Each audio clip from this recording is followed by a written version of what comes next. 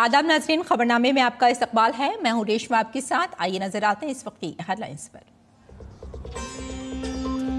लोकसभा में खेलों से मुताल्लिक 2 बिलों पर बहस की तजवीज़ आज, जबकि राज्यसभा में हुकूमत समुद्री रास्ते से सामान ले जाने से मुताल्लिक बिल को पास कराने की करेगी कोशिश।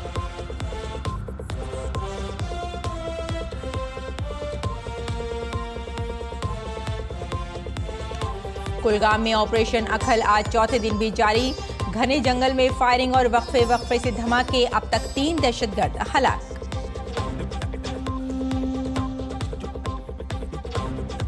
गजा में यरगमालियों की मदद के लिए हमास तैयार, लेकिन इसराइल के सामने फिजाई हमले बंद करने की रखी शर्त। अक़वाम मुत्तहिदा की सलामती कौंसिल में यरगमालियों की सूरत हाल पर कल होगा खुसूसी इजलास।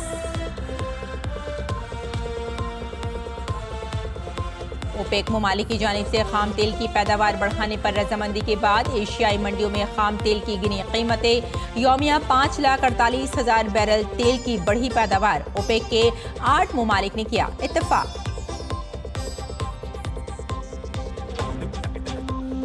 और ओवल टेस्ट में दिलचस्प मोड़, इंग्लैंड फतेह से सिर्फ 35 रन दूर, लेकिन भारत को सीरीज ड्रॉ करने के लिए 4 विकेट दरकार।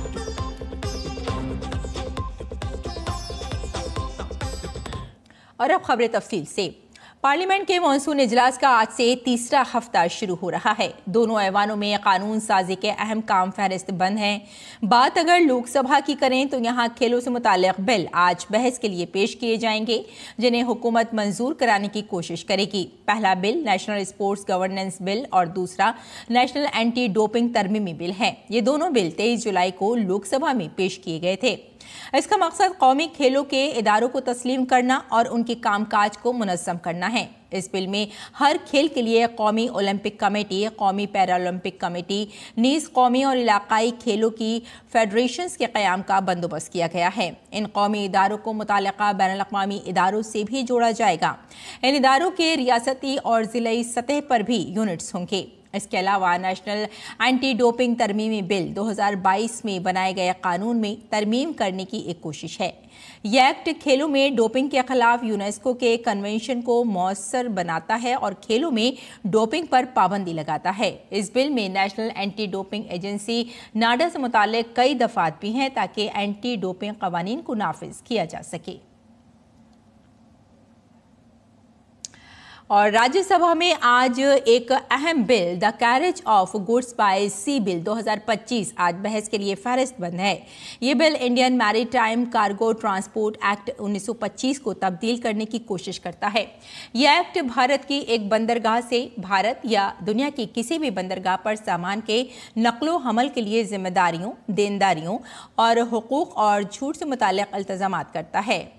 इसके अलावा वजारत दाखिला की तरफ से मणिपुर में सदर राज को 6 माह तक बढ़ाने के लिए ऐवान बाला में एक कानूनी करारदाद पेश की जाएगी। दीगर अहम कानून साजी के कामों के साथ साथ वक्फाई सवालात के दौरान मुख्तलिफ वजारतों से अहम सवालात पूछे जाएंगे।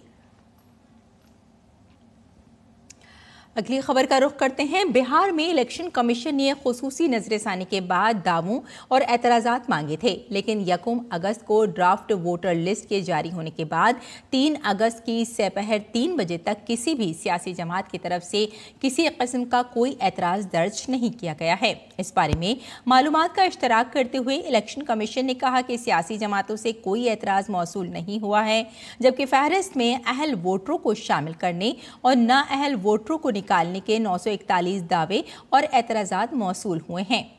4,374 नए वोटरों ने वोटर शनाख्ती कार्ड हासिल करने के लिए फॉर्म 6 दाखिल किया है, जिसके सिलसिले में इलेक्शन रजिस्ट्रेशन ऑफिसर 7 दिन के बाद कार्रवाई करेगा। आपको बताते चलें कि इलेक्शन कमीशन ऑफ इंडिया ने बिहार में 1 अगस्त को ड्राफ्ट वोटर लिस्ट जारी कर दी है। SIR के पहले मरहले में कुल 65,64,075 वोटरों के नामों को हटा दिया गया है। बिहार में वोटर शनाख्ती कार्ड को लेकर आरजेडी लीडर तेजस्वी यादव की परेशानियां थमने का नाम नहीं ले रही हैं। इस सिलसिले में बीजेपी लीडर जगदम्बिका पाल ने आरजेडी लीडर पर सवाल उठाए हैं। उन्होंने कहा कि हैरत की बात यह है कि वो एक पार्टी के लीडर हैं। वो 2 जगहों से वोटर थे। इसके पास 2 वोटर आईडीज थी जो कि गैर कानूनी है और उनके खिलाफ सख्त कार्रवाई की जानी चाहिए। इलेक्शन कमीशन आज SIR में घर घर जाकर तस्दीक कर रहा है। वो इसकी मुखालफत कर रहे हैं क्योंकि उन्हें लगता है कि वो बेनकाब हो जाएंगे। ये आश्चर्य है कि वो एक पार्टी के नेता हैं, वो 2 जगह से वोटर थे, 2 वोटर आई कार्ड था जो गैर कानूनी है, अपराध है। तो इसका मतलब है बड़े पैमाने पे तेजस्वी की पार्टी के लोग, एक व्यक्ति कई जगह वोटर बना हुआ है, कई 2 वोटर आई कार्ड है जब उनके नेता के पास है। तो इस पे तो बड़े पैमाने पे कार्रवाई की जरूरत है, क्योंकि जिस तरीके से आज उन्होंने कहा है तो इससे साफ हो गया कि SIR में अगर आज चुनाव आयोग जो डोर टू डोर वेरीफाई कर रहा है, इनको लग रहा है कि हम एक्सपोज होंगे, इसलिए विरोध कर रहे थे। और अब तो तेजस्वी ने जो अपराध किया है कि 2 वोटर आई कार्ड रख करके भी छिपाया था, तो उनके खिलाफ कानूनी कार्रवाई होनी चाहिए। सोशल मीडिया पर कई पोस्ट्स में भारत अमेरिका ताल्लुकात के बारे में गलत और गुमराहकुन मालूमात फैलाई जा रही हैं। पोस्ट में कहा गया है कि भारत अपनी मनफी इक़्तिसादी पॉलिसियों की वजह से अमेरिका के साथ 2 तरफा मुआहदों को मुअत्तल या नज़रसानी कर सकता है। BIB की फैक्ट चेक टीम ने इस खबर को झूठा और गुमराहकुन करार दिया है। BIB फैक्ट चेक टीम ने कहा कि वज़ारत ख़ारजा ने वज़ारत ख़ारजा के हवाले से भारत अमेरिका ताल्लुकात के हवाले से ऐसा कोई बयान नहीं दिया है। मोहतात रहें और गुमराहकुन मालूमात का शिकार न हों।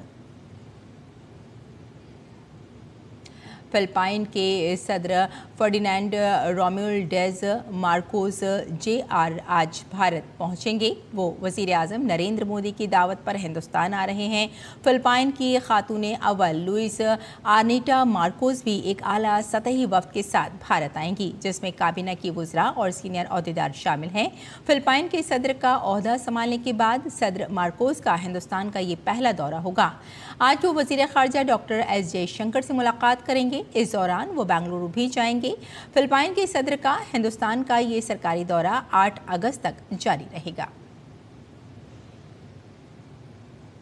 और ओपेक ममालिक की जानिब से खाम तेल की पैदावार बढ़ाने पर रजामंदी के बाद एशियाई मंडियों में खाम तेल की कीमतों में कमी हुई है। दर हकीकत सितंबर के महीने में ओपेक ममालिक तेल की पैदावार में रोज़ाना 5,47,000 बैरल का इजाफा करेंगे। ओपेक के 8 रुकन ममालिक ने इतवार को वर्चुअल मीटिंग में इस बात पर इत्तफाक किया। ये इजाफा अगस्त के लिए 5,48,000 बैरल यौमिया, मई, जून और जुलाई के लिए यौमिया 4,11,000 बैरल और अप्रैल के लिए 1,38,000 बैरल यौमिया के इजाफे के साथ रज़ाकाराना तखफीफ के इख्तिताम का आगाज़ है। ओपेक अपने हालिया मौक़िफ़ पर कायम है कि मजबूत आलमी मईशत और तेल की कम ज़खायर की वजह से पैदावार में तखफीफ को वापस लेना जायज़ है। जम्मू कश्मीर के कुलगाम में ऑपरेशन अखल आज चौथे दिन भी जारी है। कुलगाम जिले के घने जंगलात में कल रात फायरिंग और वक्फे से धमाके जारी रहे। भारतीय फौज ने ऑपरेशन अखल में मदद के लिए अपना HAL रुद्र हेलीकॉप्टर तैनात किया है, जो 20 mm से लैस है। ऑपरेशन खुफिया इतलात की बुनियाद पर 1 अगस्त की शाम को शुरू किया गया था। इसमें भारतीय फौज, जम्मू कश्मीर पुलिस, CRPF और स्पेशल ऑपरेशन ग्रुप की मुश्तरका टीमें शामिल हैं। इस कार्रवाई में अब तक 3 दहशतगर्द मारे जा चुके हैं, जिनका ताल्लुक लश्कर तैयबा से है, जबकि 2 सिक्योरिटी एहलकार जख्मी हुए हैं। तेलंगाना के शिल्पाराम में कौमी यौम हथकरघा की याद में एक हफ्ता तवील तकरीब का एहतमाम किया गया, जिसका इफ्तिताह मरकजी वजीर G किशन रेड्डी ने किया। इस दौरान मरकजी वजीर ने रियासत की कांग्रेस हुकूमत को निशाना बनाते हुए कहा कि कांग्रेस रियासत में मजहबी रिजर्वेशन दे रही है। रिलीजियस के नाम पर 10% कम करके मुस्लिम्स को देने के लिए कांग्रेस पार्टी राहुल गांधी प्रयास कर रहे हैं। भारतीय जनता पार्टी की तरफ से हम डिमांड करें, ये BC रिजर्वेशन है, ये रिजर्वेशन रिलीजियस रिजर्वेशन नहीं है। BC रिजर्वेशन देना है तो 42% रिजर्वेशन बीसी को देना चाहिए। भारतीय जनता पार्टी ये डिमांड करे, बीसी के नाम पर मुस्लिम्स को रिजर्वेशन देना, ये बीसी रिजर्वेशन नहीं है, बीसी के खिलाफ है और मुस्लिम के लिए जो वोट बैंक राजनीति करने के लिए कांग्रेस पार्टी तेलंगाना में फिर एक बार तैयार हुआ है। और मध्य प्रदेश के रायसेन जिले में सैलाब की वजह से लोगों की जिंदगी दरहम बरहम हो गई है। ऐसे में मरकजी वजीर ज़राअत शिवराज सिंह चौहान ने सैलाब से होने वाले नुकसानात का जायजा लिया और रायसेन जिले के साईखेड़ा गांव में मुतासिरा खानदानों से बात की। इस दौरान मरकजी वजीर ने कहा कि सैलाब की वजह से फसलें और मकानात तबाह हुए हैं, उनका सर्वे करके उन्हें फौरी सहूलियात फराहम की जाएंगी। हुकूमत दुख की इस घड़ी में मुतासरीन के साथ खड़ी है। हम जहाँ खड़े हैं यहाँ के सारे मकान डूबे हुए थे, फसलें भी नष्ट है और घर भी नहीं बचे। सर्वे चल रहा है अभी। इस व्यापक नुकसान को अभी हम और आगे सिलवानी तक देखेंगे और दुख की इस घड़ी में हम अपनी दुखी जनता के साथ खड़े हैं। सदर द्रौपदी मुर्मू ने इस साल 15 अगस्त को यौम आज़ादी के मौके पर राष्ट्रपति भवन में मुनक्किद होने वाले एट होम प्रोग्राम में मुल्क की तरक्की में खुसूसी ताउन करने वाले लोगों को मदऊ किया है। पुणे के जुन्नार तालुका से माहिर माहौलियात रमेश खरमले को मदऊ किया गया है। इस मौके पर अपने जज्बात का इजहार करते हुए खरमले ने कहा कि राष्ट्रपति भवन से मौसूल होने वाला ये दावतनामा सत्यमेव जयते के नारे की एक मिसाल है। हमें कोई पुरस्कार के लिए काम नहीं कर रहा था, सिर्फ पर्यावरण के लिए काम करना ये हमारा एक एम था। बहुत खुशी हो रही है कि एक अपने राष्ट्रपति जी हमें यहाँ पे निमंत्रण भेजते कार्यक्रम के लिए, और वो भी 15 अगस्त के दिन। इससे अच्छा बड़ा मौका मेरे लिए कोई हो नहीं सकता है। मैं यही कहूँगा कि मैं जिस काम के लिए मेरा जन्म हुआ है उस काम का मेरा आज जीवन सार्थक होगा। और महाराष्ट्र के बलधाना जिले के सांप दोस्त वनीता बोराडे को यौम आज़ादी के मौके पर राष्ट्रपति भवन में मुनक्किदा खुसूसी प्रोग्राम में मदऊ किया गया है। महकमा डाक के अफसरान उनके गांव बोथा पहुंचे और उन्हें दावतनामे हवाले किया। वनीता बोराडे सांपों की हिफाजत करने वाली सांपों की दोस्त और माहिर हैं। अब तक वो इंसानी बस्तियों से 71,000 से जायद सांपों को बाहिफाजत पकड़कर जंगलों में उनके कुदरती माहौल में छोड़ चुकी हैं। हयातियाती तनव्वु की ज़िंदगी के सिलसिले में तवाज़ुन बरकरार रखने के मकसद के साथ उन्होंने माहौल ज़िंदगी है के मंत्र के साथ आपको बता दें कि सोयरे वांचेरे फाउंडेशन के साथ एक तंजीम कायम की है। वनीता बोराडे ने इस बावकार दावत पर सदर जमहूरिया का शुक्रिया अदा किया है।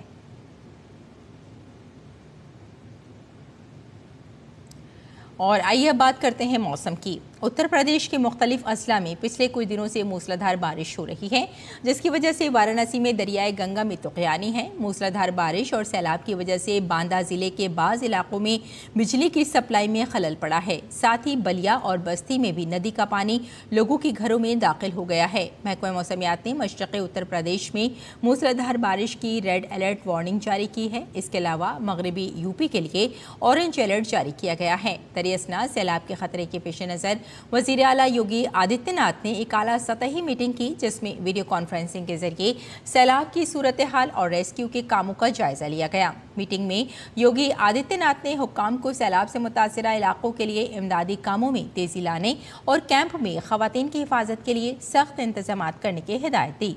इसके अलावा सैलाब से तबाहशुदा मकानात का फौरी सर्वे करने और इससे मुतासिरा लोगों को मकान फराहम करने की हिदायत दी गई हैं।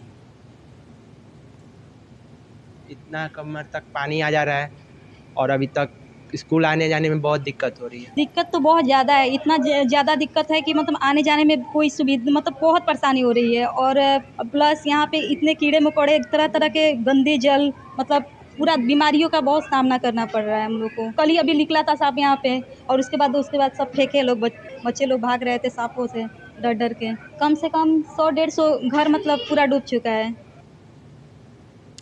देहरादून में देर रात से मूसलाधार बारिश जारी है। महकमा मौसमियात ने आज देहरादून, नीतीताल और चंपावत और बागेश्वर में शदीद बारिश के लिए ऑरेंज अलर्ट जारी किया है। शदीद बारिशों के बायस मुतासिरा अजला में स्कूल बंद कर दिए गए हैं। देहरादून, बागेश्वर, चंपावत और नैनीताल में क्लास 1 से 12 तक के तमाम स्कूल आज बंद रहेंगे। मरकजी वजीर अर्जुन राम मेघवाल ने दिल्ली असेंबली में ई विधान और 500 किलोवाट के सोलर पावर प्लांट का इफ्तिताह किया। इस मौके पर असेंबली स्पीकर विजेंद्र गुप्ता और दिल्ली की वजीर आला रेखा गुप्ता भी मौजूद थीं। हमारे नामा निगार ग्रीश निशाना की ये रिपोर्ट देखिए। इतवार को दिल्ली असेंबली ने एक तारीखी कारनामा अंजाम दिया। मरकजी वजीर मुमलिकत बराए कानून और इंसाफ अर्जुन राम मेघवाल ने 500 किलोवाट के जदीद तरीन रूफटॉप सोलर पावर प्लांट और नेशनल ई विधान एप्लीकेशन यानी NEVA का इफ्तिताह किया। इस मौके पर मरकजी वजीर अर्जुन राम मेघवाल ने कहा कि दिल्ली असेंबली का इक़दाम मुल्क भर के मुक़न्नना और इदारों के लिए एक काबिल तक़लीद मिसाल पेश करता है। वजीर आज़म नरेंद्र मोदी की क़यादत में मुल्क में हो रही डिजिटल और ग्रीन ट्रांसफॉर्मेशन की तारीफ करते हुए उन्होंने कहा कि वन नेशन वन एप्लीकेशन के तस्वुर को अमली जामा पहनाते हुए ये पहल न सिर्फ तकनीकी है बल्कि इदारा जाती इक़दार में तब्दीली की अलामत भी है। ग्रीन एनर्जी में भी आपने 500 किलोवाट सोलर एनर्जी का प्रोजेक्ट दिल्ली विधानसभा में ये बहुत ऐतिहासिक बिल्डिंग में आपने शुरू किया है। दोनों इन जो कार्य आपने किए हैं उसके लिए मैं बहुत बधाई देता हूं। दिल्ली असेंबली के स्पीकर विजेंद्र गुप्ता ने कहा कि ये काबिल तजदीद तवानाई और डिजिटल बाइख्तियार बनाने की तरफ हमारी जामी कोशिश है। 1912 में तामीर की गई इस तारीखी इमारत में मुल्क की पहली पार्लियामेंट चलाई गई थी और आज हम इसी विरसे को जदीदियत से जोड़ रहे हैं। पहले जो अध्यक्ष हिंदुस्तान के इंडियन स्पीकर जो चुने गए वो भी इसी परिसर में चुने गए। ये देश की पहली पार्लियामेंट है, ये देश की पहली संसद है और इस विरासत पर हम गर्व करते हैं। दिल्ली की वजीर आला रेखा गुप्ता ने कहा कि वजीर आजम नरेंद्र मोदी की डिजिटल इंडिया मुहिम से मुतासिर होकर मार्च 2022 में मुल्क की पहली ई विधानसभा नागालैंड में मुनक्किद हुई थी। इसके बाद मुल्क की 19 दीगर असेंबलियों ने भी ये कदम उठाया और अब दिल्ली 20वीं रियासती असेंबली बन गई है जो मुकम्मल तौर पर पेपरलेस हो रही है। पहली विधानसभा जो ई विधान हुई वो थी नागालैंड। उसके बाद 19 विधानसभा इससे जुड़ी और दिल्ली 20वां राज्य बन गई है। प्रधानमंत्री नरेंद्र मोदी जी के नेतृत्व में ये डबल इंजन की सरकार पारदर्शिता से काम करती है। ये सोलर पावर प्लांट न सिर्फ दिल्ली असेंबली के काम को 100% काबिल तजदीद तवानाई पर मबनी बनाता है बल्कि तकरीबन 15 लाख रुपए माहाना की लागत की बचत को भी यकीनी बनाता है और सालाना तखमीना बजट 1.75 करोड़ रुपए तक हो सकती है। ई विधान सिस्टम के तहत अब असेंबली की तमाम कार्रवाइयां डिजिटल मीडियम के जरिए मुकम्मल तौर पर पेपरलेस शक्ल में चलाई जाएंगी, जिससे न सिर्फ इंतजामी कारकर्दगी में इजाफा होगा बल्कि माहौलियाती असरात को भी कम किया जाएगा। केंद्रीय मंत्री अर्जुन राम मेघवाल ने दिल्ली विधानसभा में ई विधान और 500 किलोवाट के सौर ऊर्जा संयंत्र का उद्घाटन किया। अब दिल्ली विधानसभा का सत्र पेपरलेस होगा और ये काम केवल 100 दिनों के भीतर हुआ है, यानी कि 100 दिन पहले इन चीज़ों के लिए शिलान्यास रखी गई थी और अब इसका उद्घाटन भी कर दिया गया है। कैमरामैन गौरव गिरी के साथ गिरीश निशाना, DD न्यूज, दिल्ली। और आज सावन के महीने का आखिरी पीर है। मंदिरों में सुबह से ही अकीदतमंदों का हुजूम है। अकीदतमंद शिवलिंग पर दूध, पानी, बेलपत्र, धतूरा, भंग और फूल वगैरह चढ़ाकर भगवान भोलेनाथ की पूजा कर रहे हैं। उज्जैन के महाकालेश्वर मंदिर में एक अजीमुशान आरती की गई। शहर के तमाम शिव मंदिर हर हर महादेव के नारों से गूंज रहे हैं। जलाभिषेक और रुद्राभिषेक के साथ साथ महामृत्युंजय का पाठ किया जा रहा है। उज्जैन, दिल्ली, हरिद्वार, देवघर, अयोध्या, वाराणसी, प्रयागराज मकामात पर अकीदतमंद शिव जी की पूजा में मसरूफ हैं। सावन के आखिरी पीर को काशी विश्वनाथ मंदिर में दर्शन और जलाभिषेक के लिए लोगों ने रात से ही कतारें लगाना शुरू कर दिया है। हमारे नामानिगार हरिकेश बहादुर सिंह गौतम ने इसका जायजा लिया। सावन का आखिरी सोमवार और किस तरह से ये कतार में लोग लगे हुए हैं, अपने बारी के लिए निकल रहे हैं, बाबा विश्वनाथ के दर्शन के लिए लाइन लगी है। एक बार मैं कहूँगा इधर दिखाने के लिए कि देखिए किस तरह से कतार लगी है, लोग अपने हाथों में जल, गंगा जल लेकर जो है जा रहे हैं। और ये मैं कम से कम विश्वनाथ मंदिर से करीब गोदौलिया चौराहे के पास हूँ। ये कब से आप यहाँ लगे हैं? भगवान दर्शन के लिए आया, दर्शन में मेरा बड़ा ही अच्छा हुआ। लोग दर्शन कर लिए हैं, कैसा रहा दर्शन आपका? दर्शन तो बहुत अच्छा रहा और हम लोग सुबह 3:30 बजे से ही लगे थे लाइन। जो कांवड़िए हैं ये लोग भी आए हुए हैं। 4 घंटे हो गए लाइन लगे हुए। व्यवस्था बहुत अच्छा है, व्यवस्था में कोई कमी नहीं है, बहुत प्यारी व्यवस्था। सुल्तानपुर से लोग आ रहे हैं, कोई महाराष्ट्र से आ रहा है, कोई गोरखपुर से आ रहा है और व्यवस्था के लिए सभी लोग ये कह रहे हैं कि बहुत अच्छी व्यवस्था है। तो हम कह सकते हैं कि जो उत्तर प्रदेश सरकार है, जो केंद्र सरकार है, किस तरह से सावन में अच्छी व्यवस्था की है लोगों के लिए। और लोग देखिए ये की ओर बढ़ रहे हैं बाबा विश्वनाथ के मंदिर के लिए। Doctor Harkesh Bahadur Singh Gautam, DD news. और नाज़रीन आइए अब नजर डाल लेते हैं दिल्ली से शाये कुछ उर्दू अखबारात पर।